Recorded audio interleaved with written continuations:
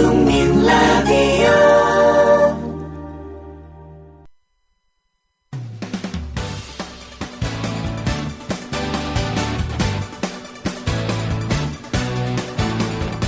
미디어 협동조합 서영석 이사장의 서영석 타임즈. 청취자 여러분 안녕하십니까. 3월 6일 금요일 서영석 타임즈 시작합니다. 서영석입니다.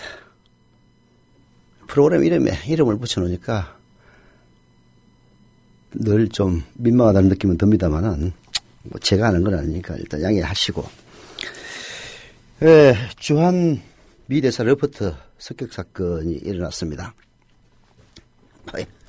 그런 일을 놓고 있어서는 안 되는 일이라고 해야지 있어서 될 일이라고 할 사람 아무도 없을 겁니다. 폭력은 어떤 일이든지 용납할 수 없는 일이고요. 상대방에 대해서 서로 마음에 들지 않는다고 하더라도 폭력으로 해결하려 든다면은 이 세상 나만 하겠습니까? 절대 안 납니다. 그런데 두 가지 측면에서는 좀 전 불만이 있어요. 솔직한 이야기로. 첫째는 이 사건을 뭔가 기회는 찬스다. 안 그래도 지지도 떨어지고 있었는데 잘 됐다. 라는 인상을 받을 만큼 주한미 대사가 칼에 찔린 게 그게 잘된 일입니까?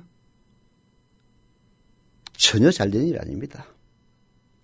다들 어떻게 백조대낮에 이런 일이 일어날 수가 있는가? 이런 일이 앞으로도 일어나지 않도록 건드려야 된다라는 생각을 가질 수는 있겠지만은, 잘 됐다. 이제 종북몰이 한 번 더 할 수 있겠다라는 식으로 나온다면은 그 인간들은 짐승입니다.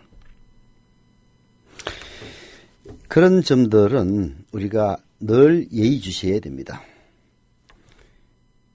특히 이 사회의 분위기, 뭔가를 몰아가겠다는 이 사회에 힘 있는 언론들, 힘 있는 세력들의 준동은 늘 우리가 경계하지 않으면 안 된다는 얘기입니다. 여러분들 기억하시죠? 신원미 씨, 종북몰이 광풍에 희생됐던 미국의 재미동표 보수적인 아줌마입니다. 그 양반이 쓴 책 쭉 읽어보니까 정말 보수적인 집안에서 자라서 생각 자체가 보수적이었더라고요. 북한 갔다 와가지고 여행기 쓴 게 히트를 쳐가지고 여기저기 강연 다니다 보니까 마치 진보적인 인사로 오해되기도, 진보 보수라는 게 사실 별건 아닙니다. 생각 자체가 약간 집안도 보수적인 집안에서 태어났고 그런 사고를 갖고 있었던 사람이다라는 얘기를 하는 거고요. 보수가 나쁜 건 아니지 않습니까? 그런 신은미 씨에 대해서 종북몰이를 했을 때 한 일베스러운 인간이 그 강연장에 나타나서 황산 들고 뿌리려다가 미수에 그친 사건 여러분들 기억하시죠? 거기에 대해서 그 행위도 러퍼트 대사에 대한 습격, 테러 못지않게 결국은 대화와 그리고 순리에 의해서 문제를 해결하는 게 아니라 폭력으로 풀려고 했다는 점에서는 서로 동일한 사안입니다. 그 문제에 대해서 이렇게 호들갑을 떨었습니까? 이게 세상의 현실이라는 것은 압니다. 2007년 그리고 2008년에 영국에서 일어났던 사건 기억합니다. 상류층과 하류층의 여자아이가 실종된 사건이 있습니다. 영국 언론들요, 상류층 아이 실종 사건에 대해서는 발생 2주 만에 유명인들의 동정과 관심을 포함해서 무려 1100개의 기사를 쏟아냅니다. 현상금도 150만 파운드, 260만 파운드로 뛰었습니다. 우리 돈으로 따지면요, 달러로 따지면 거의 더블 500만 달러 가까이 됩니다. 정치인들은 노란 리본까지 달았습니다. 텔레비전은 사건 발생지인 포르투갈의 중계반까지 보내서 현지 상황을 생중계까지 했습니다. 나라 전체가 상류층 아이의 실종 사건에 대해서 집단 히스테리에 가까운 모습을 보였습니다. 한 아이가 실종된 데 대해서 관심을 가지는 거 전혀 나쁘지 않은 일입니다. 그러나 그 다음에 하층민 아이의 실종 사건이 일어났을 때는 그 기사 상류층 아이의 실종 사건이 3분의 1에 그쳤다고 합니다. 아무도 리본 달지 않았습니다. 현상금도 상류층 아이 실종됐을 때는 무려 260만 파운드까지 올라갔던 현상금이 그 하류청 아이에 대해서는 25,000파운드까지 올라갔을 뿐이라는 이야기입니다. 오히려 3주 뒤에 하청민 아이 실종 사건이 현상금을 노린 엄마의 자작극이라는 사실이 밝혀지자 오히려 언론들이 흥분해서 마녀 사냥을 합니다. 복지금이나 타먹는 하청계급 찌꺼기, 인간 이하 이렇게 싸잡아서 비난을 합니다. 이런 보도의 태도 차이가 어디에서 오겠습니까? 언론은 가진 자들에게 의해서 장악되어 있습니다. 한국도 그렇고요. 영국도 마찬가지입니다. 그래서 늘 그들은 자기 자신들의 이익과 관련된 부분들에 대해서는 대서특필하고 마치 나라가 절단난 것처럼 보도를 하지만은 자기들의 이해관계가 먼 서민청, 중하류청의 일에 대해서는 관심을 갖지 않은 겁니다. 세월호를 그렇게 외면하면서 러퍼트 대사의 테러에 대해서 이렇게 호들갑을 떠는 분위기는 바로 그런 데서 생기는 겁니다. 그게 세상의 부인할 수 없는 현실이죠. 그래서 그 현실을 우리가 그대로 받아들일 겁니까? 언론의 역할은 그런 호들갑의 배경에 있는 점들을 분명하게 밝히고 그렇게 하지 못하도록 하는 것이 언론의 의무라고 생각합니다. 지금 러퍼트 대사에 대한 테러에 대해서 찬성할 사람이 세상에 누가 있겠습니까? 그러나 러퍼트 대사 스스로도 나 별일 없다. doing well. 자기 트윗해. 그리고 함께 가자. 이렇게 얘기를 했습니다. 오늘 만평 보니까 함께 가자는 게 공안몰이 몽둥이를 들고 있는 일부 공안파들 함께 가자는 얘기냐 이런 비아냥도 있었는데요. 그래서는 안 됩니다. 러퍼트 대사의 테러 절대로 용납할 수 없고 그리고 그런 일들이 다시는 일어나서는 안 될 일이긴 합니다만은 마찬가지로 신은미 씨에 대한 테러도 있어서는 안 될 일이고요. 일부 서북청년당 이따위 망상을 갖는 극우파들이 세월호 농성 현장을 찾아와서 행패를 부리는 그런 일도 동시에 없어야 되는 겁니다. 정신 차려야 됩니다. 러퍼트 대사의 테러 이것은 그야말로 인륜에 대한 공격이긴 합니다만은 이것을 자기 자신의 정치적 목적을 달성하기 위해서 떠들고 있는 그런 사람들의 그야말로 어떤 몰이 어떤 광풍에 우리가 흔들려서는 안 된다는 점 다시 한번 강조합니다. 정신 차려야 됩니다. 예. 잠시 광고 듣고 서영석 타임스 본격적으로 시작하겠습니다. 지상철 조합원 신청 광고입니다. 강화대교 앞에서 개념 부부가 만드는 개념 곰탕 연지연 곰탕. 연지연이란 가마솥의 장작불로 온종일 구워내는 곰탕을 서로 나누어 이어지는 인연이란 뜻입니다. 연지연 곰탕이 민주주의를 열망하는 조합원 여러분과 국민의 건강을 책임지겠습니다. 곰탕 포장 판매는 한 팩 800g에 7,000원이며 7팩 이상은 무료 배송으로 드립니다. 연지연 곰탕은 강화대교 입구에 위치해 있습니다. 단체 주문 예약 및 포장 주문 전화번호는 010-7252-1114, 010-7252-1114, 031-989-9968. 조합원 단체 예약은 10% 할인해드립니다.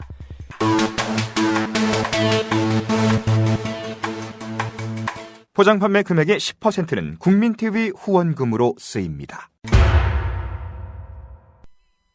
예, 오늘의 언론 사설을 통해서 세상을 바라보는 오피니언 비평 시간입니다. 자, 김현준 PD. 네, 안녕하세요. 네. 마크 리포트 피습. 네, 뭐 역시 이거겠죠. 네, 말이 필요 없는 사건이고요. 네. 자, 뭐 그러지 않을 거라는 뭐 기대 같은 건 사실 없었습니다만은 그래도 막상 접하고 나니까는 많이 좀 씁쓸하고 그렇습니다. 네. 앞에서 오프닝에서 이사장님께서 말씀해 주셨는데 어느 매체에 천인공노할 일이라는 네. 그런 기사 제목 모두가 다 공감할 겁니다. 그거하고 별개로 이번 사건을 둘러싸고 보수 언론 일각에서 벌써부터 생뚱맞게 DJ 정부, 참여정부의 수장들의 이름이 등장하면서 뭔가 그 사람들까지 엮여 들어간 듯한 인상을 풍기게 하려는 그런 시도를 접하면은 아니 뭘 가지고 또 그렇게 엮어 놀리고 해요. 뭐 이유가 있습니까? 그러니까 이 김기종 씨 같은 경우에 뭐 참여정부하고 DJ 정권이나 참여정부 기관에 네. 무슨 기관에서 뭐뭐를 했고 아니 그때 뭐 숨을 혹시 쉬고 살았다 그런 얘기 이런 때문에 이런 아니에요? 사람이었다라는 거죠. 그러니까 그런 거를 보도하고 드러내려는 그런 사람들의 구상 저변에는 어떻게든 안 좋은 일에는 그 몇몇 사람들의 이름을 등장시키고 싶어하는 이명박근혜 경제나 잘하라 그래라 인간들아. 박근혜 대통령은 한미 동맹에 대한 공격이라고 규정을 했고요. 새누리당 원내 지도부는 친북 종북 인사의 지시인 것 같다고 규정을 했죠. 그게 현 주소입니다. 배우를 캐기 위해서 옛날 같으면 그냥 물고문 선고문 다 했겠네. 예. 오늘 아침 조간 브리핑에서도 조상훈 국장이랑 뭐 이런저런 얘기를 하는 중에 조상훈 국장이 공격과 테러의 의미 규정에 대한 문제 제기를 했거든요. 네. 테러라는 말을 붙이려면은 거기에 어떤 배후라고 지목할 만한 그러니까 어떤 맥락에 있는 정치적 의도를 가진 그런 행위여야 하지 않겠느냐는 이런 얘기가 나왔었습니다. 그러니까 그래요? 김기종 씨 같은 경우에는 이건 나 혼자 한 짓이고 단독범행이고 뭐 이런 거를 뭐 이런저런 측면으로 다 밝히고 있지 않습니까? 근데 본인이 단독 범행이라는 거야 믿을 수 없고 예. 누구든지 뭐 혹시라도 배우가 있으면 그 보호하기 위해서 나 은퇴했다고 그러지 뭐 배우 있다고 얘기하겠어요. 근데 배우가 있느냐 없느냐는 사실 이렇게 따져보면 나오는 거거든. 논리적으로 배우가 있다고 생각되면 배우가 있는 거고 그야말로 돌출이라고 보면 배우가 없는 건데 그때도 그랬을 거야. 7년 전에 그 박근혜 대통령이 그때 야당 총재였을 때 그 커트칼 테러를 당한 적이 있어요. 그 양반 10년 받아가지고 지금도 복역하고 있습니다. 그때도 뭐 혹시 배우가 없느냐 이 지랄을 했는데 알고 보니까 배우 없더라고. 그래서 뭐 그때와 마찬가지로 뭔가 배후스러운 것이라도 이게 지금 어떻게든 배우를 연결시켜서 써먹자 그런 얘기지. 애쓰려는 사람들이 있지 않을까라는 의심은 뭐 자연스럽죠. 예. 그래서 테러라는 말이 합당한 듯하게 만들려는 그런 왜곡의 시도가 있어서는 안 되겠습니다. 네. 예. 자, 경향 사설 먼저 보겠습니다. 네. 리포트 주한 미 대사 습격 천인 공노할 일이다. 제가 천인 공노할이라는 표현을 썼다는 기사가 그건 아까 말씀드렸는데 바로 이 사설입니다. 천인 공노할 일이다. 맞습니다. 리포트 대사를 공격한 문화단체 우리마당 대표라고 자처하는 김기종 씨는 그동안 과격한 행동을 일삼았던 것으로 전해지고 있습니다. 이 외교부 당국자에 따르면은요, 그는 외국 사절 폭행 등 전과 육범으로서 상습적으로 주한 대사관 직원들을 공격했다고 합니다. 2010년에는 한국 프레스센터에서 독도 문제로 주한 일본 대사에게 시멘트 조각을 던지기로 했죠. 어느 곳에선 돌덩어리라고 표현을 합니다. 시멘트 덩어리했다고 그러더만. 이번 리포트 대사 습격 때는 통일에 방해된다며 한미 군사훈련 반대를 외쳤습니다. 이런 점으로 미뤄볼 때 그는 극단적 민족주의 성향을 지닌 인물로 추측이 된다는 것이죠. 물론 그도 그의 논리와 주장을 펼 수는 있습니다. 그러나 흉기를 들고 외국 대사의 목숨을 노리는 것은 어떤 수식이 필요 없는 습격 행위가 맞죠. 한국 사회가 그걸 용납할 거라고 생각했다면 대단한 착각이라는 겁니다. 그런데 새누리당은 이 사건을 두고 공연히 야당을 공격합니다. 제1야당 대변인이 김 씨를 극단적 민족주의자라고 언급한 것을 두고 미화했다 이렇게 뭐라고 하는 겁니다. 예, 극단적 민족주의자라는 거는요 극우 세력이라는 뜻입니다. 예. 자기들이 극우들을 좋아하니까 아니 쟤를 극우라고 쟤는 좌파야 그런 의미가 아닌가 하는 생각이 드네요. 그러니까 이게 정치권의 수준이라는 게 얼마나 지금 진짜 천박한 상황인지. 종북 친북이라는 그 프레이밍에 동조를 안 했다고 뭐라고 하는 겁니다. 사실은. 예. 아니 사람 멀쩡하게 보여도요 아주 이상한 인간들 많이 있습니다. 아니 뭐 검찰 얘기 나왔으니까 얘기해 보자고. 아니 검찰에서도 상당히 고위직에 있는 사람이 제주도에서 밤에 몰래 나와가지고 바지가랑이 벗고 지나가는 아가씨들한테 보여주는 그런 행동을 하리라고 누가 알았겠습니까? 그렇잖아요. 그것이 번드르르하고, 낮의 사회에서 어느 정도 양식과 품격을 갖추고 있는 것처럼 보이는 그런 사람들도 또 보이지 않는 그 배우에서는 어떤 생각을 갖고 있는지 아무도 모르는 거예요. 이 양반도 뭐 우리 마당인지 뭔지 지금 내 말하는지 모르겠는데 무슨 대표고 또 심지어는 또 무슨 대학에 무슨 뭐 외래 교수인가 뭐 그런 것도 했다고 해요. 외래 교수라는 건 사실 아무것도 아니지만은 그래서 또 그 대학을 또 씹는 그런 여당의 행태도 봤는데 아니 그런 식으로 따지면 예? 성공회대요. 기사에 이미 등장을 많이 했습니다. 성공회대입니까? 예. 뭐 하여튼 성공회대도 좀 우리 새누리당 선생님들이 보시기에는 좀 자파스러운 데 아니에요. 그래서 무조건 하여튼 나쁜 걸 다 연결시키는 거야, 인간들이. 그런데 묻고 싶은 거야. 아니, 니들 정당에 있는 인간들 치고 성추행, 뭐 안 한 인간들이 없다고 하면 또 지랄하겠네. 안 한 인간들이 없지는 않지만은 아주 점잖은 사람들이라고 생각했던 사람들이 최현희 같은 사람들 밤에 그렇게 하리라고 누가 알았겠어요. 그렇지 않습니까? 그런 거죠. 그래서 어떤 사람의 그 돌출 행동을 놓고 그 양반이 속했던 사회나 뭐 단체나 정당 이런 걸 연관시켜서 공격한다면은 대한민국에서 제일 절단나야 될 정당이 바로 새누리당입니다. 무슨 뭐 차떼기 했으니까 니들 제대로 된 정당이야, 차떼기 정당이야, 뭐 그런 비난도 하긴 합니다만은 다 차떼기 한 건 아니잖아. 그렇잖아요. 예. 아니 성추행 전문당이라고 그러지만은 전부 다 성추행한 건 아니잖아. 그리고 또 저 복사기 제록스 정당이라고 하지만 전부가 다 논문 복사한 건 아니잖아. 그런 식으로 사람이 많이 있다 보면은 이런저런 돌출문자들이 있는 건데 그걸 가지고 상대방을 잘못 공격하면요. 나중에 자기가 부메랑 맞습니다. 그리고 그 부메랑을 맞을 수 있는 가장 가능성이 높고 사실 어디 가가지고 큰 소리 못 칠 정당이 새누리당 아닙니까? 뻐꾸기님께서 네. 댓글 하나 올려줬어요. 네. 참 XX 하는 소리. 네. 심심하면 김노 들먹이는 X놈들. 이렇게 말씀을 해주셨는데 네. 김노라고 하면은 김대중 노무현 전 대통령이겠죠. 그러니까. 다시 한번 정리를 해보자면 네. 보수 언론에는 연관 등장어가 생겨난 겁니다. 연관 요즘은 그 포털식으로 얘기하면 연관 검색어가 그렇죠. 등장했구만. 그러니까 이 김기종 씨 사건과 관련해서 김대중, 노무현, 뭐 참여정부, 국민의 정부, 광우병 쇠고기 촛불 집회, 뭐 통합진보당, 다음부터 세월호 성공회대, 어? 성공회대까지 등장을 한 거죠. 좀 그러니까 있으면 또 세월호도 나오겠다. 그런 키워드 군이 연관 검색어 군이 형성이 되는 겁니다.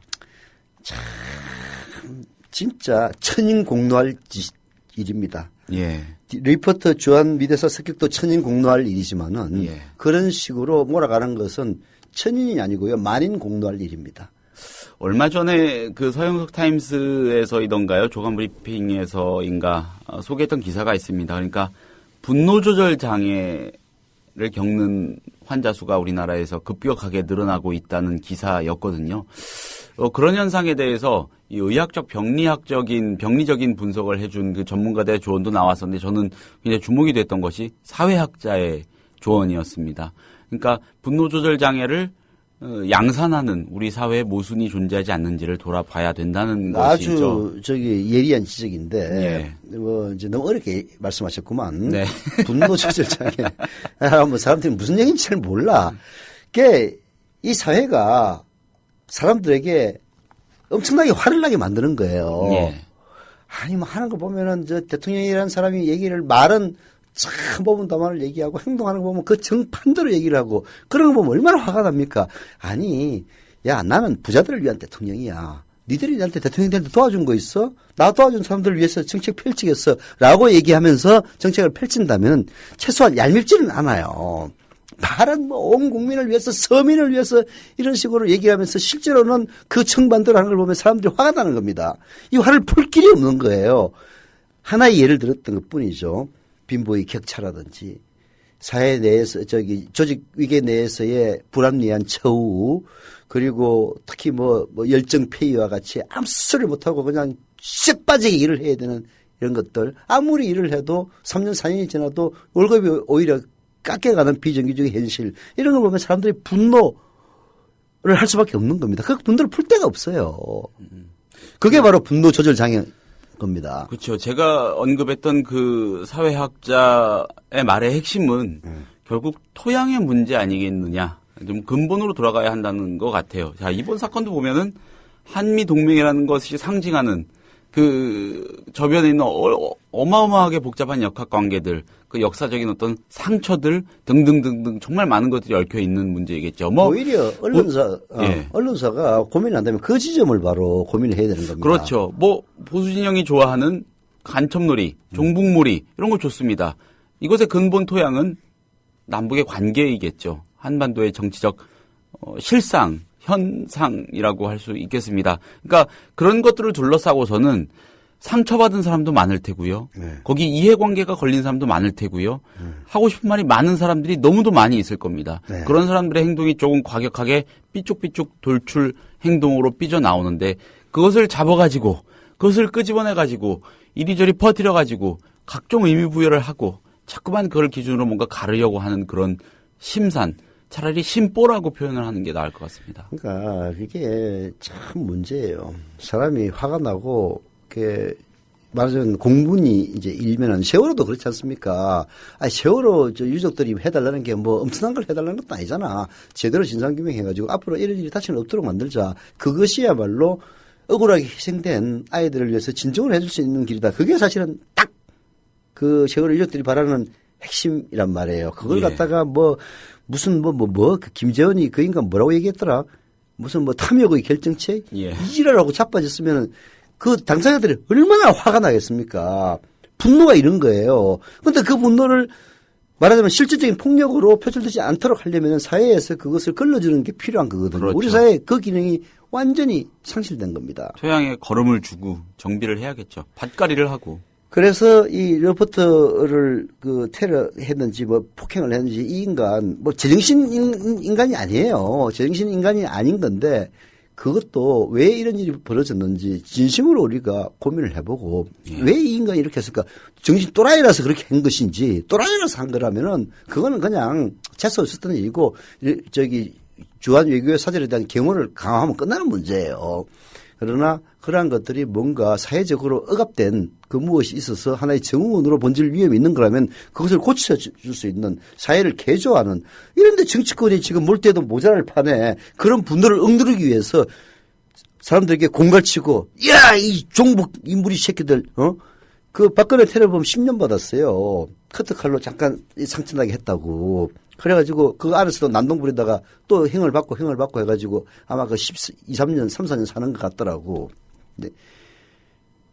그런 일들이 다시는 발생하지 않게 만들려면은 그 원인에 대해서 냉정하게 진단을 하고 그 원인을 해소해 주려는 노력하는 것이야말로 사회 지도층의 진정한 할 일인 거죠. 그런데 아무 관심도 없고 아이고 박근혜 인기 떨어진다 잘 됐다. 야 너희 새끼들 우리 사회 박근혜 정권에서 불만 분자들이 전부 다 똘똘 뭉쳐가지고 한미 동맹을 갖다가 뭐 어찌 그 상처내기 위해서 한 거지.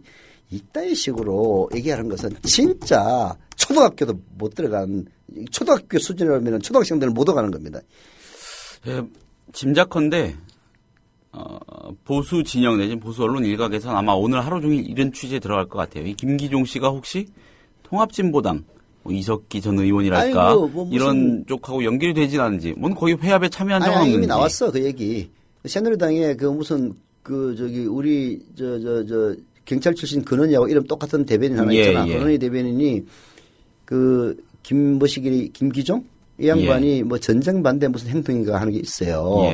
그 행동의 회원이라는데 내가 보니까 사진도 있더라고. 그 밑에다가 전쟁 반대 무슨 행동 해가지고 이렇게 손팻말 들고 있는 사진도 있더라고. 그 회원인 거 맞아요. 근데 거기에 통합진보당도 회원이었다 해가지고 또 통합진보당을 찾았군요. 또 엮더라고. 이제 아마 또 찾으려고 할 겁니다. 세월호 그 집회, 시민들의 건강한 집회 과정에서 어떻게 또 이 사람이 관여했던 적은 없었는지. 그렇지. 내일 이 양반도 보니까 뭐 여기저기 나가는 그런 인간인 것 같아. 그래서 세월호 집회라도 한번 나갔으면 세월호의 사주를 받았다 그러나? 그렇죠. 만약에 나갔다면은 그거는 팩트이겠지만 이 사람이 거기서 어떤 의미를 차지하고 있었는지 등등은 뭐 그런 걸 찾는 사람들에게 별로 중요하지 않겠죠. 뭐 중요한 건 그건 아니지. 무조건 갔다는 게 중요한 거 아니겠어? 팩트는 맞습니다만 그 함정인데 팩트의 함정. 그 팩트의 함정을 또 여기저기 치려고 얼마나 애를 쓸까. 아니 뭐 지금은 갔는지 안 갔는지도 확인 안 됐으니까 섣불리 얘기할 수는 없는 거지만은 만약에 찾아서 나온다면 열심히 찾고 있겠죠. 그렇게 해서 또 엮으려고 하는 그런 움직임에 대해서 우리가 정신 차리면 안 넘어가는 겁니다. 네. 그래서 비록 서영석 타임스 듣는 사람들의 숫자가 MBC, KBS 지상파 보는 인간들보다는 뭐 턱없이 적겠지만은 절대 그런 문제에 대해서 그냥 부안대동하지 말라. 이 문제는 종북 반미 반미라는 것까지는 이해를 해요. 사실 뭐 지금 우리 사회에도 미국의 존재에 대해서 부정적인 인식을 갖고 있는 사람 많이 있지 않습니까? 과거에는 그러면은 빨갱이다고 얘기를 했지만은 지금은 안 그래. 왜?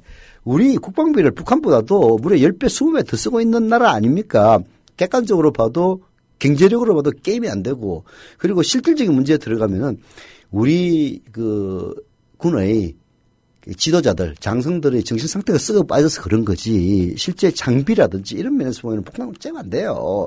북한은 특히 뭐 탱크라든지 항공기 같은 경우에는 기름이 없어가지고 제대로 훈련도 못 한다는 그런 얘기가 있지 않습니까? 물론 뭐 최근 들어서 이제 북한의 경제 성장률이 좀 높아졌다는 그런 외신 보도도 있긴 있더라마는 여하튼 게임이 안 되는 이런 상황에서는 군사력이 더 위에 있는 이런 상황에서는 미국에 대해서 욕을 해도 이제는 빨갱이로 쉽게 못 물죠. 그렇지 않습니까? 그런 분위기도 실질적으로 있기 때문에 반미가 그렇다 손 치더라도 그걸 종북이라고 몰아간다면은 진짜 그거는 나쁜 놈들이에요, 한마디로. 니들은 씨발 불리하면 전부 다 종북이냐, 엠비알 새끼들아. 그럼 이 사설도 한번 들어보시죠. 네. 조선 사설입니다, 오늘자. 조선 사설. 주한 미 대사 테러에 맞서 한미 동맹의 결의 보여줘야. 이렇게 한자를 많이 쓰더라고요. 요즘 들어서 못 읽을 뻔했습니다. 제가 발제를 해놓고도. 결이 맞죠? 예, 한미 동맹의 결의 맞습니다. 보여줘야. 뭐 요즘이야 한자 거의 안 쓰고 예. 게다가 이 컴퓨터로 치는 것 때문에 이게 나도 좀 쓰려면은 기억이 가물가물해. 예. 그냥 쳐서 그 엔터 변환만 시키면 되니까. 예, 그렇죠. 예, 한미동맹의 결의 결의. 보여줘야라는 네. 조선일보의 사설 제목입니다. 예, 어떤 훌륭한 사설을 조선일보는 썼습니까? 김기종 씨 뭐 이런 표현도 안 쓰고요. 김이라고 성만 붙이는 그거 있죠. 예. 김이 이날 테러 현장에서 외친 구호는 북의 주장과 판박이다. 북은 올 초 남북 정상회담을 포함한 남북 대화에 나설 뜻을 내비치면서 한미훈련 중단을 전제 조건으로 내걸었다. 김은 이명박 정부 시절인 2008년 광우병 반대 집회에 나서는 등 각종 반미 시위에 자주 참석했다. 그는 2007년엔 청와대 앞에서 분신을 시도하기도 했다. 김의 과거 행적을 보면 노골적으로 반미 반일 폭력 성향을 드러내온 시위꾼이다.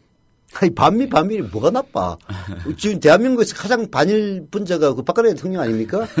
일본 총리가 악수하자고 그랬더니 손도 휙 그냥, 공개석상에서 돌리는 사람, 그런 반일 분자도 있는데 무슨 김기정이 반미를 욕할 필요는 없어요. 폭력은 비난을 해야 되지만은. 예. 그리고 솔직한 얘기로 한미훈련 중단을 내세우는 데가 이 김기정이만 내세우나? 중국은? 맨날 우리 박근혜 대통령 가가지고 중국하고 그렇게 악수하고 하는 중국은 그러면 한미 훈련을 갖다가 좋아하나? 여기 무슨 MD 예. 들어가는 게 우리를 겨냥한 것이다고 온갖 지랄 연병을 뜨는 데가 중국 아닙니까? 그러면은 누구야? 이 김기정이는 중국의 사주를 받은 놈이야?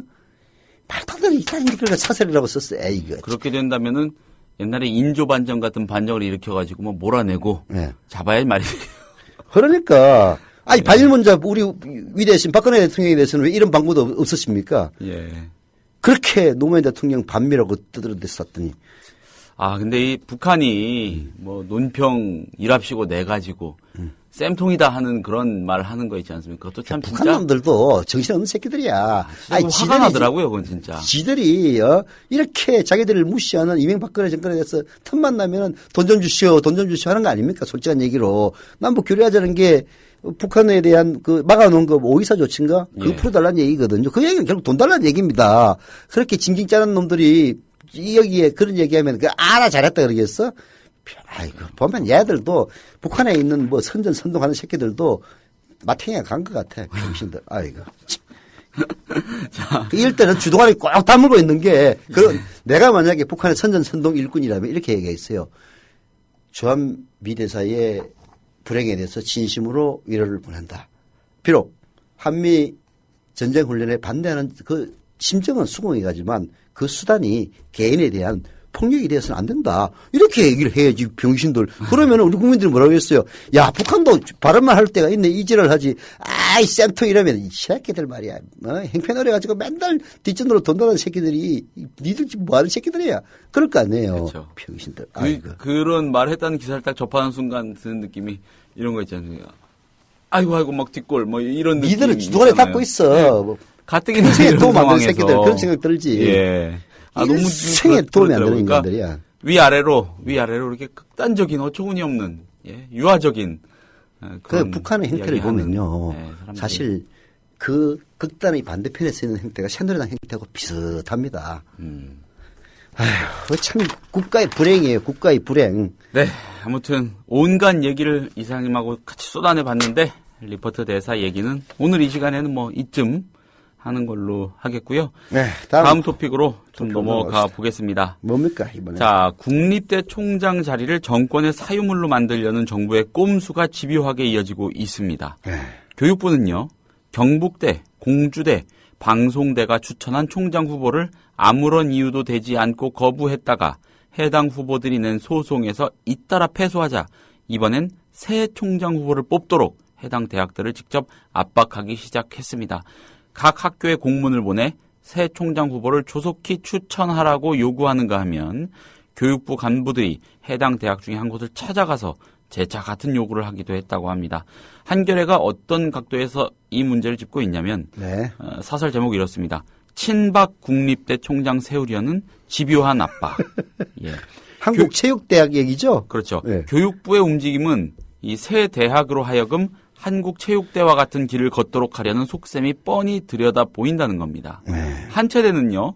자율적으로 선정한 총장 후보가 교육부로부터 4차례나 거부당한 끝에 지난 1월 친박 정치인인 김성조 전 새누리당 의원을 총장 후보로 추천하기에 이르렀죠. 한체대는 자율적으로 선정한 총장 후보가 교육부로부터 4차례나 거부당한 끝에 1월 친박 정치인 김성조 전 새누리당 의원을 총장 후보로 추천했던 겁니다. 교육부는 기다렸다는 듯이 이를 받아들였고요. 김 전 의원은 지난달 총장으로 임명이 됐습니다. 교육부가 그동안 국립대 총장 후보들을 잇따라 거부했던 게 정권의 입맛에 맞는 인물에게 그 자리를 내어주려는 의도였음이 드러난 것이다. 한겨레는 이렇게 뒤집어 보고 있는 겁니다.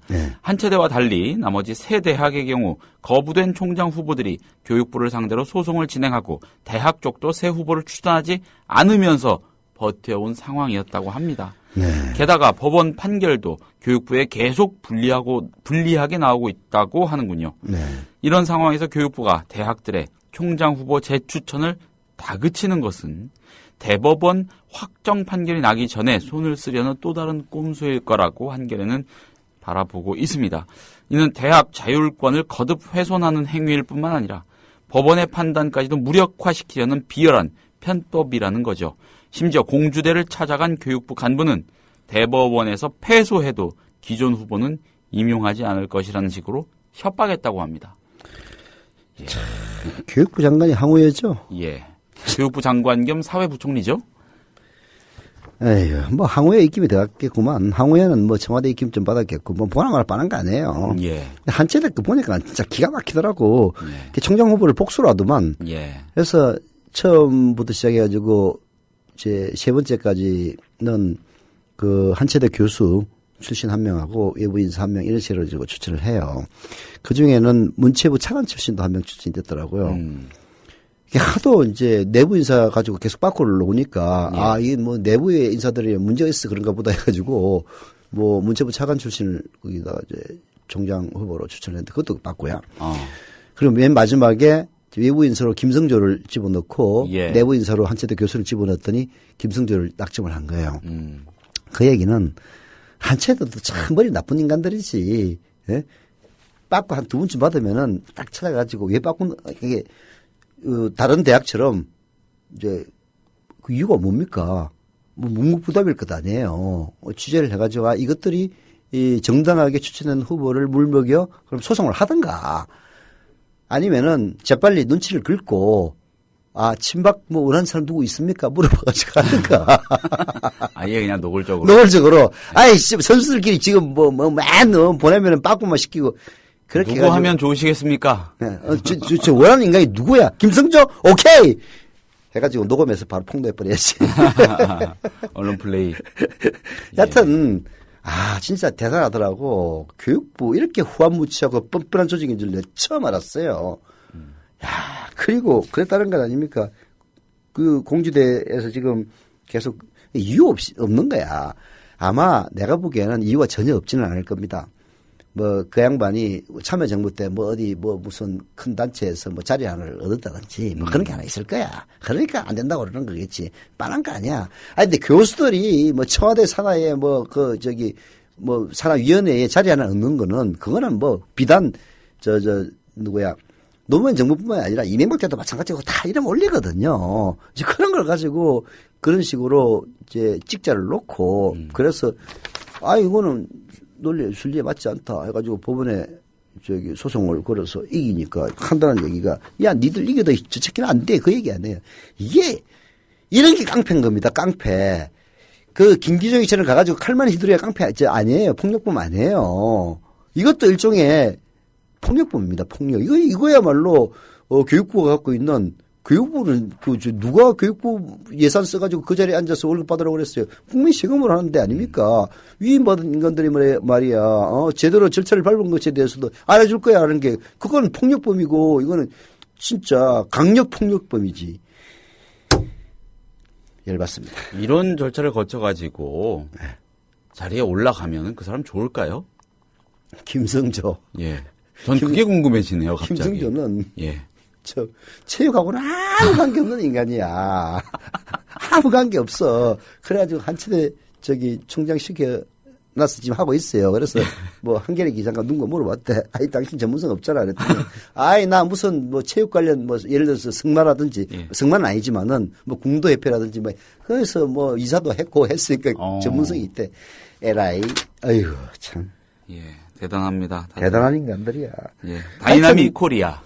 자리와 이권에 관해서는 그 철저함이 이루 말할 수가 없는 집단들의 총분산이 저는 대한민국에서는 불행하게도 새누리당이 되어버렸다 생각합니다. 새누리당에 있는 개혁파들 진짜 뭐 하는 거야. 옛날에는 그래도 개혁을 하겠다는 인간들이 존재는 했어요. 지금은 도대체 뭐 하는 건지 모르겠어요. 이런 집단이 됐는지 나 진짜 답답하게 이럴 데가 없습니다. 정말 그 말씀이 공감이 되는 게 차라리 전임 이명박 정권 때요. 그때 여당인 새누리당에서는 개인적인 정치적 이해관계가 반영이 됐을 수도 있겠습니다만 어쨌든 제도적으로 또 정치적으로 흔히 소장그룹이라고 하는 그런 영역에 속해 있던 의원들이 굉장히 좀 목소리를 많이 냈어요. 그래서 지난번 총선 때 그렇게 말 안 들을 소장들을 다 빼고 진짜 친박들만 골라가지고 다 국회의원 배지 달게 해준다 봐. 지금 소장파들이 더 하잖아. 뭐 김진태 뭐 또 김재원 걔들 초선 아닌가?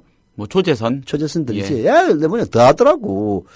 그래서 참 우리 박근혜 대통령 그런 머리를 국정 운영에 쓰셨으면 참 대한민국 잘 사는 나라 됐을 건데 어떻게든 꼼수를 부리고 국정 운영은 개판으로 하고 거기에 대해서 반발했을 때 이걸 억누르는데 사람들을 동원하는데 자기 말 잘 듣는 사람 쓰는 거는 그렇게 기가 막히게 했는지. 아니 세월호 참사에 대해서 뭐 세금 도둑놈이라든지 탐욕의 결정체라고 얘기하는 인간들은 진짜 그 뇌구조가 궁금해요. 지 새끼가 그렇게 비명에 갔어도 그때 얘기를 할지. 예. 아휴. 그러게 말입니다. 자, 또 다음 토픽으로 가보겠습니다. 김영란법 태어나자마자 탄생과 동시에 혹독한 실현에 처했습니다. 졸속이법, 과잉이법 등등 온갖 비난이 쏟아지고요. 대한변협은 어제 국회 통과 이틀 만에 헌법소원을 헌재에 청구했죠. 한국교총도 헌법소원 낸다고 합니다. 마치 태어나서는 안 될 반사회적 악법이 태어난 것 같은 느낌이 들 정도입니다. 옛날에 노동법 날치기 통과됐을 때는 왜 이런 반응들이 없었던가 하는 생각도 듭니다. 예. 그러니까 그런 거 똑같은 거야. 아까 상류층 아이가 실종됐을 때는 뭐 나라가 뭐 절단이 날 것처럼 그래 온 연명을 떨다가 하층 계급이 하니까 뭐 아무 소리 안 하고 있다가 오히려 사기인 게 드러나니까 저거 봐라. 아휴 이런 사회에서 그야말로 아니 근데 더 가슴 답답한 건 그래요. 이 사회를 자기 입맛대로 유리한 인간들의 숫자가 뭐 30%가 됩니까? 40%가 됩니까? 딱 1%도 채 안 돼요. 그 인간들에게 99%가 휘둘리는 걸 보면은 진짜 억장이 무너집니다. 나도 분노 조절 장애 안 되면 안 되는데 이거. 예, 조절하셔야 되고요. 예. 여기서 뭐 푸니까 괜찮아요. 깨끗한 공직사회를 만든다는 본래의 입법 취지는 한참 뒷전으로 밀려나고 말았습니다. 네. 분명히 뭐가 잘못돼도 크게 잘못된 것 같습니다. 자, 네. 한국일보 사설 한번 가보겠습니다. 네. 김영란법. 네. 전부 아니면 전무식 접근은 잘못이고 한국일보가 한국일보도 한자를 이렇게 써놔가지고 제가 또 못 읽어보냈습니다. 예, 전부 아니면 전무식 접근은 잘못 이런 제목의 사설입니다. 일단 방향은 좋네. 예, 물론 우리도 이미 지적했던 대로 이 법률에는 허점이 많다는 게 한국 사설의 논조입니다. 네. 공직자가 자신의 가족 등과 이해관계에 있는 직무를 관장하지 못하게 하는 이해충돌 방지 규정 빠졌죠. 네. 적용 대상을 언론인과 사립학교 교직원에게까지 확장한 거, 언론 탄압, 악용 등의 소지를 남겼습니다. 뭐 이해할 수 있습니다. 이런 문제점들은 법 공포 후 시행까지 1년 6개월의 경과 기간에 차분하게 수정 보완하면 될 일이겠죠. 네. 그러나 본래 취지보다는 부정적 측면을 너무 강조하다가 교각 사루에 우를 범하지는 않을까 걱정이 된다는 겁니다. 네. 직무 관련성이나 대가성이 입증되지 않아도 공직자의 금품 수수를 처벌해 공직사회 비리의 싹을 제거하자는데 국민적 공감대가 형성됐죠. 네. 여론조사 결과로도 나타납니다. 이를 잊어먹고요. 전부 아니면 전무라는 식으로 미비점을 과도하게 부풀려서 법의 근본 취지를 흐리는 일은 삼가야 한다. 한국일보가 우려입니다. 잡고 있네. 예. 그게 뭐 문제가 있으면은 아직 1년 6개월 남았는데 손보면 될 거 아니에요. 예. 근데 뭐 언론인을 빼자 이딴 소리 하지 말고 아니 그런 부분이 있으면은 공적인 역할을 담당하는 직업군이라는 게 많지는 않습니다. 아니 뭐 김강부에 하자면야 온 세상의 모든 직업군이 다 그렇다고 하겠지만은 우리가 뭐 몇 번 얘기했습니다만은 뭐 언론인 그다음에 법조인, 의료인 뭐 이 정도만 하더라도 사실 되잖아요. 공직자가 사실은 준 겁니다. 공직자. 이건 이 법 자체가 만들어진 이유가 공직자 때문이에요. 근데 참 보면은요, 이런 세태의 변화가 있기 때문에 기념법이 난 나왔다고 생각을 합니다. 예. 무슨 얘기냐면은 과거에는 공직자가 그렇게 인기 있는 직업이 아니었어. 공무원. 그렇죠. 예. 진짜 뭐 고위공직자라 되면 몰라도 그렇잖아요. 근데 요즘은 공직자가 최고로 인기 있는 직업입니다. 아니, 국가가 망한 게 가장 마지막에 망할 게 국가 아닙니까? 삼성은 망해도 대한민국은 안 망한다고. 그러니까 가장 안정적인 직장이 돼버린 거예요. 게다가 이제 지속적인 과거에는 공무원 월급이 너무 작아가지고 마치 옛날 조선시대 때 아전들처럼 월급은 안 주고 니들이 알아서 채쳐먹어라 해가지고 마치 부정부패가 많았던 것처럼 과거에는 그 공무원들에 대한 보수나 처우가 낮아가지고 인기도 없었던 그런 측면이 있는데 지속적으로 보완이 되고 예. 공무원 자체가 하나의 커다란 대기업 같은 모습을 갖추면서 최고의 직장 된 거 아닙니까? 그래서 그런 최고의 직장 다니는 새끼들이 자기의 권한을 남용해가지고 뭘 받아먹고 대접을 받고 향응을 받는 일은 있어서는 안 되겠다. 그리고 그런 그 과거에는 공무원 처우가 나빴기 때문에 어느 정도 용인이 되는 그런 측면이 있었어요. 근데 그 과정이 계속 이제 오니까 오히려 국가 발전에 걸림돌로 작용하고 오히려 공무원이 아닌 공직자가 아닌 사람들에게는 일종의 뭐라고 해야 되나 좀 박탈감을 느끼는 이제 그런 게 있으니까 이 법 만들기로 한 거 아닙니까? 예. 그러면 법 정신은 그대로 가야죠. 문제가 있으면은 보완을 하면 되는 거지. 근데 마치 아니 지금까지 법 만들 때 저한테 그딴 소리 안 하고 뭐 했어? 그렇잖아요. 그동안 뭐 기사 한두 번 나온 것도 아니고 그럴 때 그냥 벌떼처럼 일어나가지고 못 만들게 만들었어야지. 만들고 나서 지금 와가지고 근데 그렇게 생각을 해보면요. 며칠 전에 그 심야까지 여야 원내 지도부가요. 협상을 그렇게 열심히 하더니 뚝딱 갑자기 합의안을 만들어 온 것도 좀 생뚱맞아요. 그렇지 않습니까? 하여튼 하필이면 이럴 때 예. 여기 새정치민주연합에 이 원내대표라신 분이 좀 그렇게 썩 투명하지는 못해요. 특히 이왕구 끌어안고 우는 것 때문에 완전히 그냥 시인심 하셨잖아. 우영건 씨. 예. 어쩌다 그렇게 된지 모르겠네. 근데 새정치민주연합의 원내대표들도 보면 쭉 보면 문제가 참 많아요. 예. 이번에도 우영건 씨도 그런 게 있지만 그 이전에 전병헌이었나? 원내대표가? 이전에요? 예. 이전에 박영선 비대위 체제에서 하고 그 다음에 갑자기 생각이 안 나네요. 죄송합니다. 전병헌이 맞을 겁니다. 한참 그 전이었던 것 문희상 같고. 그 체제에서 예. 예. 보면 셋 다 좀 문제가 많아. 전병헌 아니면은 죄송합니다. 아니 말고. 근데 하여튼 원내대표들이 왜 그 모양인지 모르겠어. 참나. 예. 그렇습니다. 자, 다음으로 넘어갈까요? 네, 잠시 전화 말씀 좀 듣고요. 넘어가겠습니다. 네. 지금 여러분께서는 관록의 정치기자 서영석 미디어 협동조합 이사장이 진행하는 서영석 타임즈와 함께하고 계십니다. 예. PD 브리핑으로 넘어가기 전에 한마디 좀 해야 될 것 같은데요. 뭐 오프닝하고는 별개의 문제입니다. 아침에 잠깐 우리 국민카페 가가지고 직원들하고 뭐 티타임은 아니고 커피 마시고 있는데 최근 들어서 정주하라든지 특히 해외에서 후원하시는 분들의 숫자가 많이 줄었다고 그러더라고요. 그래서 물론 이제 피로감 때문일 수는 있습니다. 피로감. 사실 이명박근혜 정권 벌써 8년 차에 들어가고 있고 뭘 어떻게 해도 세상 바뀌는 것 같지도 않고 이런 피로감이 사실은 개혁적이고 진보적인 언론에게는 가장 크다란 적이죠. 그래서 제가 과거 라디오 비평할 때는 저 혼자다 보니까 중간중간에 시간만 나면 조합원 가입해 주십시오. 정자에 동참해 주십시오. 후원해 주십시오. 했더니 어느 정도 효과가 있었는데 그 딱 끊어지고 나서 역시 사람들은요. 그런 마음을 갖고 있어도 그 얘기를 해야만이 주의가 한계되는 것 같아요. 해서 저희 미래협동조합에 대한 후원 그리고 정좌 그리고 조합원 가입 청취자분들 중에서 여전히 10 내지 20% 이상 가입하지 않고 있습니다. 뭐 우리 다운로드 횟수 보면 대충 나오니까요.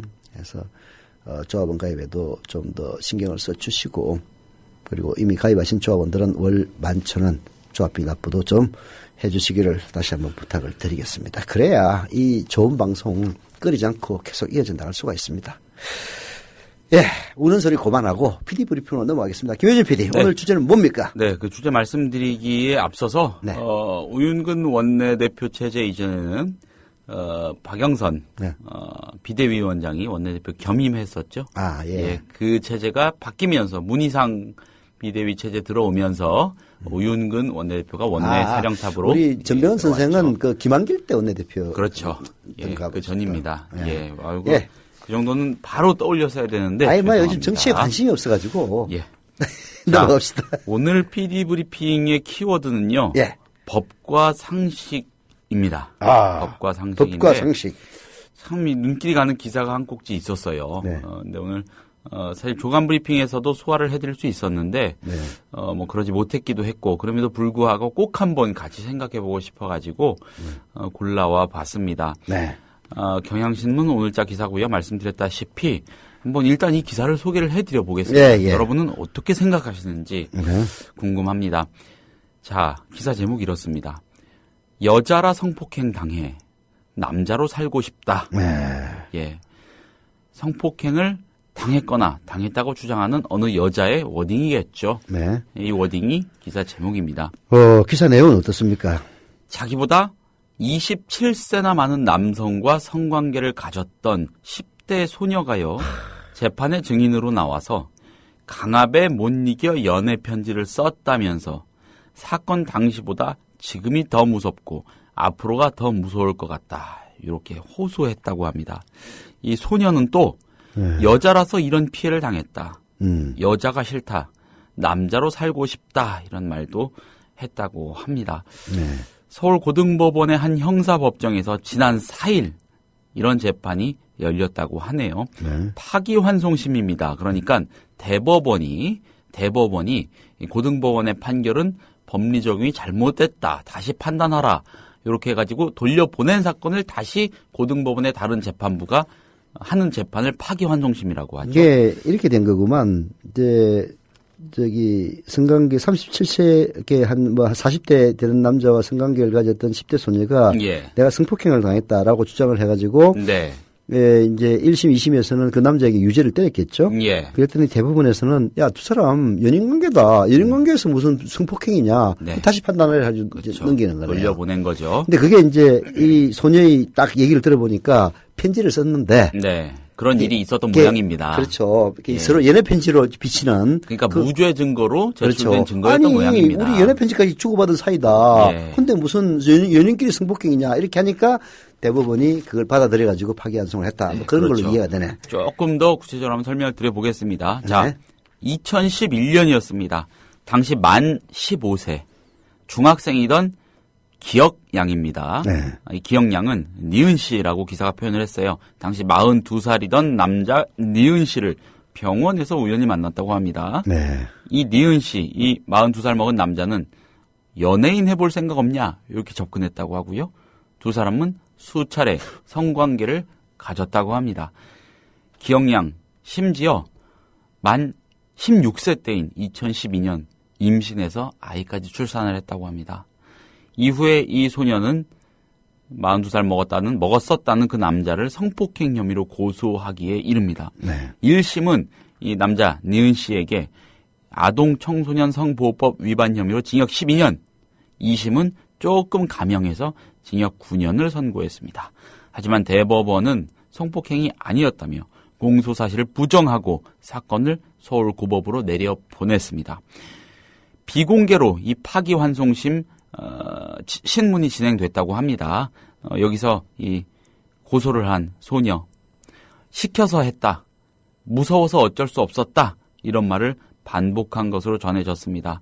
이 소녀가 진술하던 중 감정이 북받쳐서 우는 바람에 신문이 중단되기도 했다고 하고요.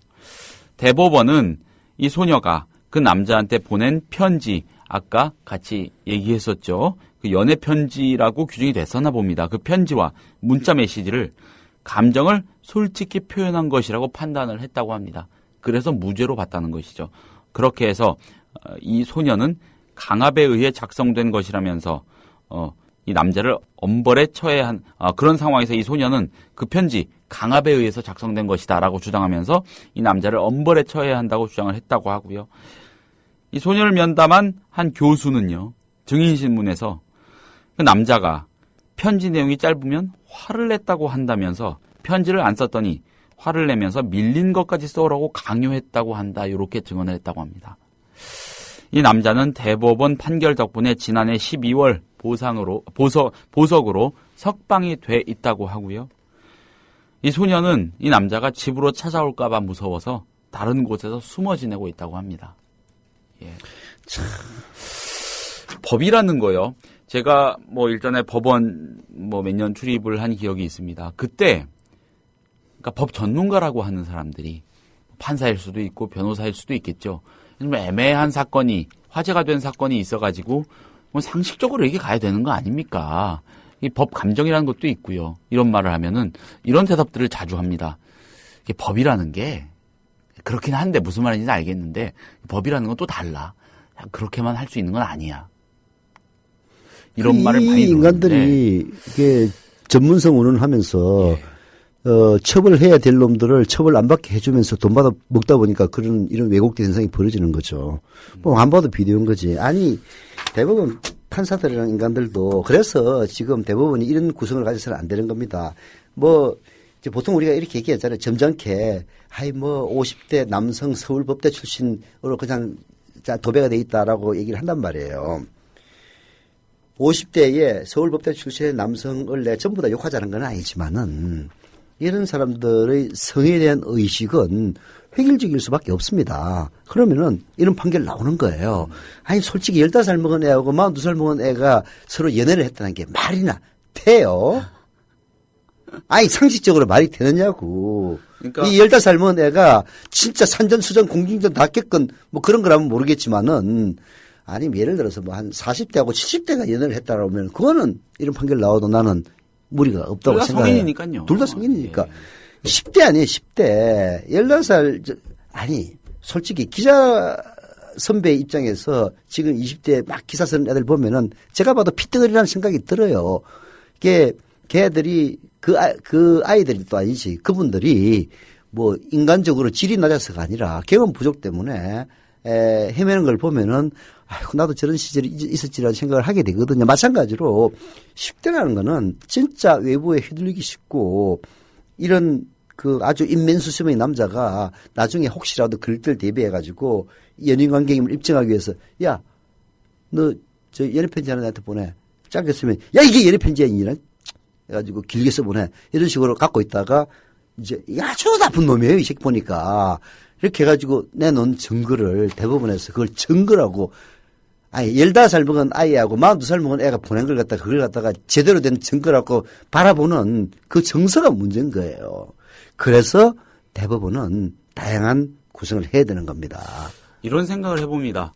법과 상식은 법과 일반 대중의 상식은 같이 갈 수 없는 건가? 그러니까 어떻게 보면 법이라는 것도요. 사실 그 사회가 합의한 상식을 아주 절도 있게 질서 있게 집대성해 놓은 거 아니겠습니까? 근데 이렇게 좀 상시하고 동떨어진 판결이 나오는 걸 보면은 이제 이 42살 먹은 놈 이런 뭐 하는 놈인지 모르겠는데 변호사 잘 쓴 거지. 그러니까 교묘하게 이제 피해 갔겠죠. 그러니까 법이라는 건 달라. 너희들 상식은 알겠지만 법은 그런 게 아니야라는 견지에 딱 올라서 가지고 하면은 정치 개입은 맞는데 선거법 위반은 아니다라는 논리도 나올 수 있는 거죠. 거야. 그래, 우리 김혜진 기자가 요즘 날이 갈수록 발전하네. 바로 그겁니다. 바로 그거야. 그딴 사고방식을 갖고 있으니까 죄를 졌지만 법 위반은 아니다. 법 위반인데 이딴 말도 안 되는 개소리를 하는. 그게 개소리지. 인간의 소리야? 걔가 쥐소리라고 하자. 쥐소리라 닭소리지. 그 독일의 헌법재판관이 쓴 소설 더 리더라는 소설이 있습니다. 뉘른베르크 재판에서 있었던 어떤 일화를 가지고 허구이겠지만 아무튼 그걸 가지고 재구성한 소설인데 그 소설 속에 나오는 법학자가 이런 말을 합니다. 그러니까 죄를 지어서 처벌을 받는 게 아니라 법을 어겼기 때문에 처벌을 받는 것이다. 그게 이제 그 법실정주의적인 입장이라고 봐야 되나? 이제 그런 시각들을 갖고 있어요. 법을 만들어 놓은 게 사실은 이 사회가 법이 없는 사회가 가장 바람직한 사회이겠지만 사람들이 다 제각각이다 보니까 하여튼 최소한의 규제를 해야만이 사회가 제대로 돌아간다 보고 법을 만든 거 아니에요. 근데 그게 결국은 전문가들에 의해서 밥벌이 수단으로 전락하면서 그따위 식으로 죄를 벌하는 게 아니라 법을 어겨서 처벌한다 이따위 개소리를 하게 되는 거죠. 그건 인간의 소리가 아닙니다. 닭의 소리, 쥐의 소리입니다. 예, 아무튼 이 기사 보고 참 많은 생각이 들어가지고 같이 생각을 해보자는 뜻으로 골라봤고요. 네. 법과 상식은 괴리되면 안 좋을 겁니다. 자, 오늘 서영석 타임스 여기서 마치겠습니다. 감사합니다. 다음 주 월요일에 뵙겠습니다. 미디어 협동조합 2015년 정기 총회. 미디어 협동조합은 정관에 따라 2015년 정기 총회를 3월 7일 토요일 낮 1시 서울 지하철 강남역 4번 출구 인근에 있는 비트비 빌딩 3층 비트캠프에서 개최합니다. 정관과 규약 개정, 2014년 결산 보고서, 감사 보고서, 사업계획서 및 수입 지출 예산서의 보고와 승인 등을 하게 되는 이 자리에는 대의원 본인의 출석이 필요합니다. 대리 출석은 불가능합니다. 자세한 총회 보고사항은 미디어 협동조합 홈페이지 조합 공지사항란에 있습니다. 이 실황은 국민라디오를 통해 생중계됩니다. 3월 7일 토요일 낮 1시 서울 지하철 강남역 4번 출구 인근에 있는 비트빌 빌딩 3층 비트캠프에서 있을 미디어 협동조합 2015년 정기 총회. 대의원 여러분 전원의 참석을 바랍니다.